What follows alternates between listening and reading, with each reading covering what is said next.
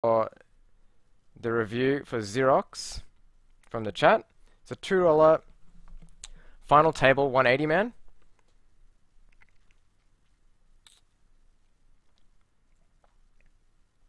I turned the music off so I can put it on YouTube. If you guys want to check out some of my other reviews, it's on my YouTube channel.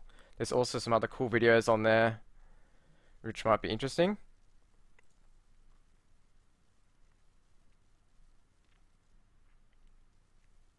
Yeah, I'd rather a 4X. So would I.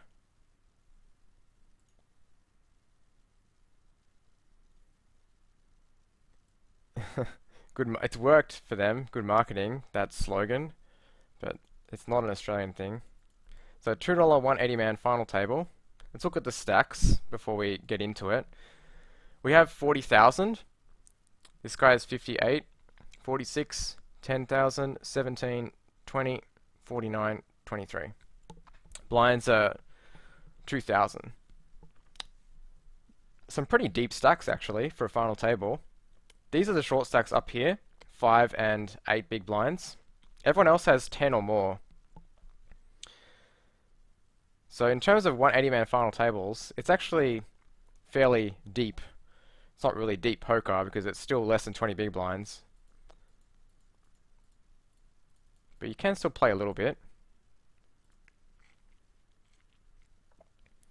Alright, so I would not be folding an ace in the cutoff. I would go for a steal here, Xerox, and min-raise it, and call off the big blind and fold against the other two players. That's what I would do here. Oh wait, that's what you do. It's just the replayer. Nice, good job.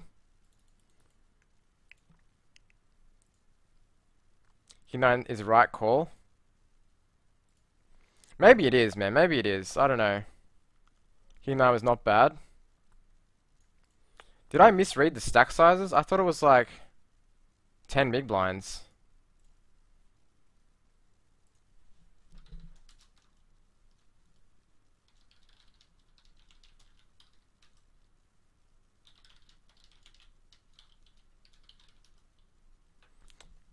Yeah, it might have been good.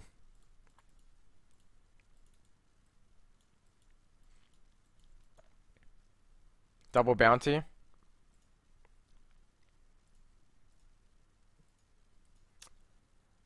I'm not gonna wave. What is this? I'm not some monkey that's just gonna do whatever you ask me. Yeah, maybe that call was fine. Maybe I was a bit too quick to judge. I was just tilted from losing.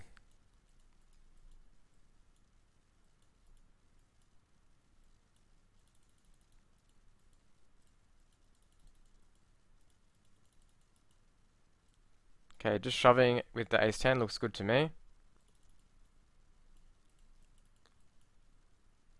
Queen-jack. Yep, okay. This is the hand that Xerox posted before in the chat. So we're just shoving all in here against a short stack. I would prefer to just call flop and then not fold turn rather than shoving all in. Because I think you get more value from his bluffs, but shoving all in is fine as long as you just don't fold. Yeah, tight table is the read, Xerox, thank you. Later, good night, Benji.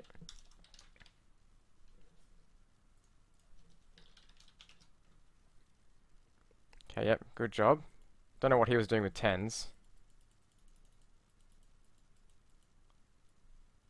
Okay, folding the weak ace against the all-in.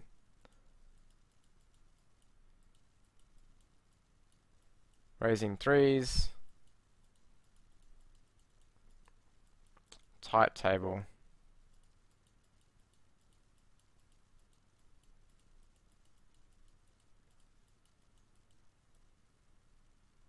We'll just fold.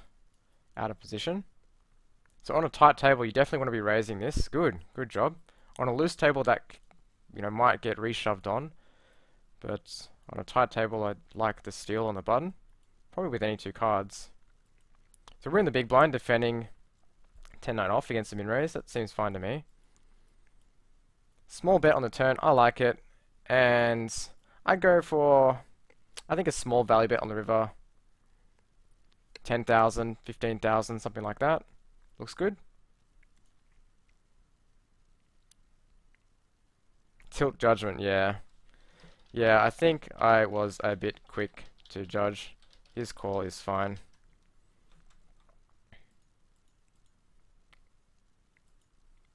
Okay, we're limp stabbing against the tight guy. Like, if he's tight, just shove or min raise. You don't need to give him a chance to see a flop when you know he's a tight player.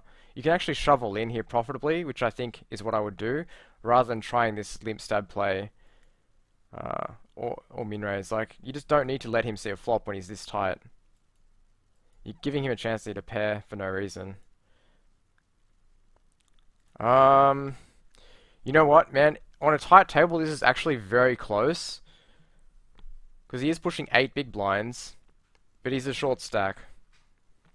Like, I think it's okay to just fold because, like, losing 30,000 and losing your a third of your chips when you're such a huge chip leader, you don't need to take a very close call like this. I'm fine with just folding. Wow, okay, he was one of the loose guys. Maybe he had that read on him. So against him, maybe it's fine. But if he's one of the tight players, I don't mind folding against a tight player there. Not getting 2 to 1, we'll just raise fold. We get a walk. Stealing that, 3-handed, good. Just c-bet, good. Good job. Defend. Bet. When he checks this, he's just giving up, so just bluff. I like your sizing. It's good. He put in the check raise. Whoa, this is ballsy, man. This is ballsy. Yeah, probably another hour and a half. Silver 7. So the guy is second in chips, and he's check raising you on 10-3-3.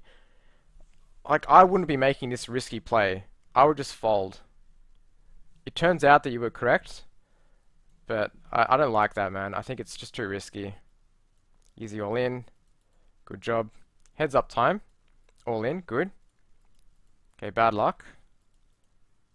Limping it. Nice. Don't fold the button. Okay, bet. Good. We're getting check raised. I would just fold. The reason why I would just fold is that even if he's check raising you with a bluff, there are a lot of bad turn and river cards that you can't call down on because you have no kicker and you have one backdoor, but it's quite weak. Like you have a weak flush draw to the backdoor flush and a weak backdoor straight draw.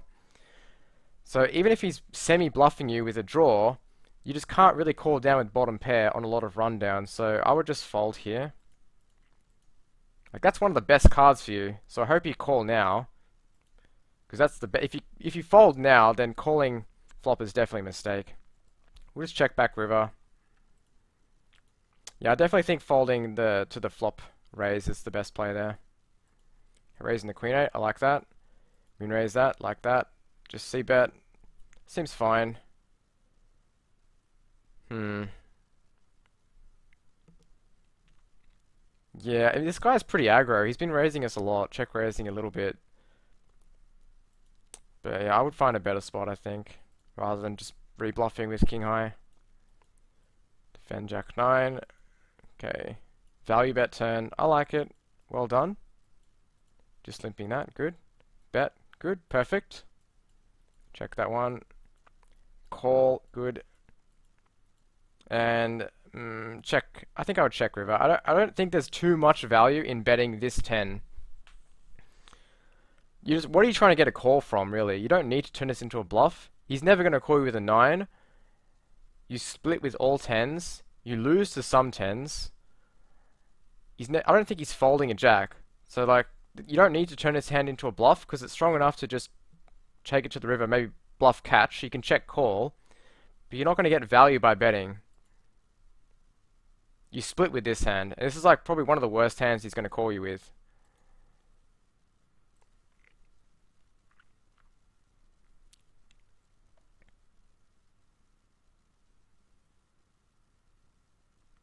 What's up, Johnny Kappa? First stream is good. Glad you liked it. Gen Khan. Don't listen to Gen Khan. He's a troll.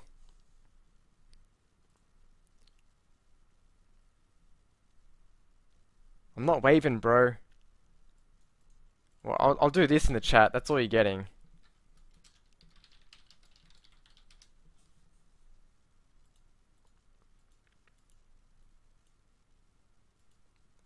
Limp stab. Didn't work. This is a pretty bad card. Like, if he calls flop, he's not folding this turn card, so I would not barrel here. You don't even have good backup equity. Another brick. He's not folding, bro. I'm glad you checked river, but I would also check turn because it's just a very bad card to barrel.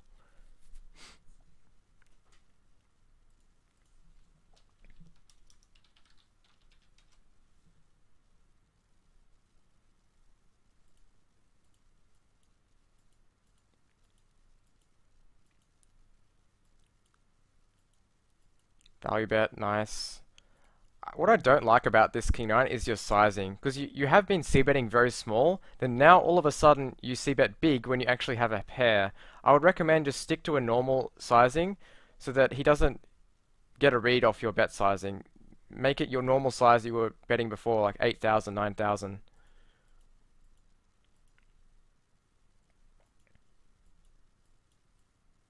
Have to raise fold that. Pretty bad flop against his defending range. Think of all the hands that he's flatting with, like suited connectors and connected cards between like 6 and queen aren't folding here because they either have a pair or some kind of draw, gut shot, straight draw. So I don't think you have a lot of fold equity on this flop, so I would just check it back and use ace queen high as a showdown value hand. Like, yeah, this sucks, and it's exactly what's going to happen on this board very frequently. Avicii knows, guys.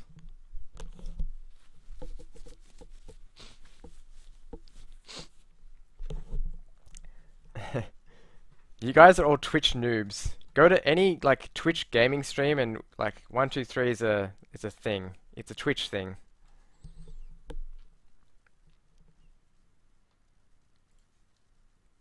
What happens is like someone in chat says like Kappa 123 and then the whole chat just says Kappa 123 for like 5 minutes. That's all you see. Bunch of spam. You're trying to do that in here, but everyone's being nice. No one's falling trapped to the Kappa trap.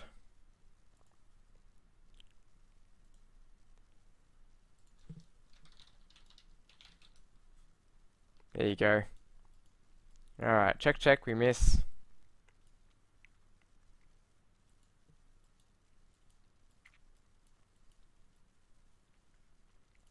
Yeah, again, I think, like, stick to your small-ish sizings as well on those paired flops, even when you have value. He's been raising a lot, so rather than defending this hand passively, you have a stack size now, 15 big blinds, where you can just shove all in, and I think you get more profit from just shoving all in. Because he's going to fold a lot, and if he does call, 8-9 suited still plays pretty well against his raise call range. So I think you can just get more value from shoving pre-flop, because if you see a flop and you miss, you just check fold, and you know, you can't really play it post-flop that well. Nice. I like how you played it post-flop. Limp that. Good. Just bet. Good.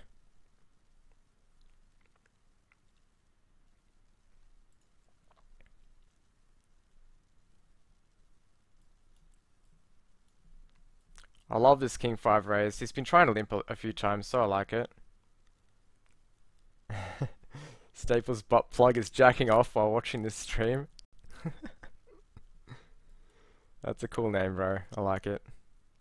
It's just so awkward. This hand is actually strong enough to just push all in, especially against this guy, Xerox, who has been quite aggressive against us.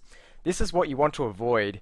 It's not quite strong enough to raise, call, and all in, but it is strong enough to just shove. So I would just shove for this stack size with this hand. Against an aggressive player like this, for sure.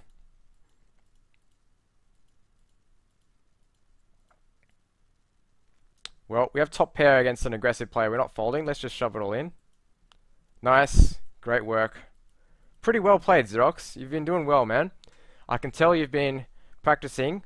You're still making a few mistakes, but your game is very good, man. Well done. Good job. Reason I bet bigger is the flush draw. Like, you shouldn't be that scared of flush draws heads up. It's pretty hard to have a flush draw, and it was a paired board. I wouldn't be that scared of flush draws against one opponent. It doesn't happen that often.